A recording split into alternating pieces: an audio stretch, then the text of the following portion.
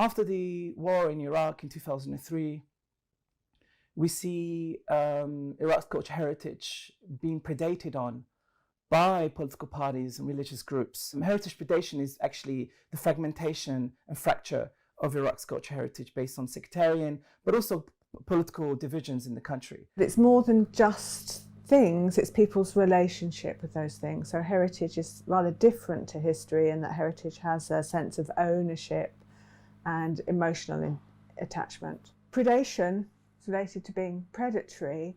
So when a predator comes, it steals something or does a great deal of damage to it.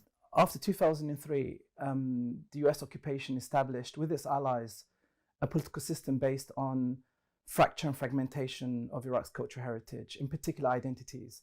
The benefit for those political parties is that they can claim a section of Iraq and claim it as theirs, rather than strengthening Iraq's cultural heritage and national identity and sovereignty. Political parties that exploit cultural heritage are doing so for their own interests, political interests, legitimacy, and also economic interests, because cultural heritage in Iraq is an enormously lucrative business in the country.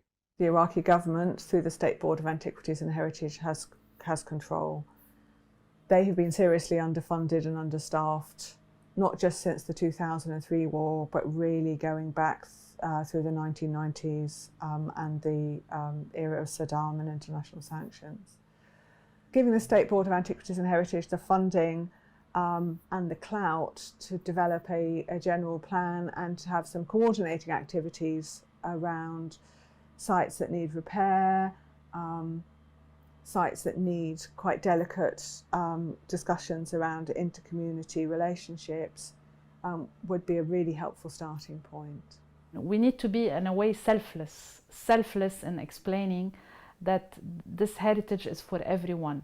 It's not only because I'm Sunni or I'm Shia or I'm Christian that this is mine.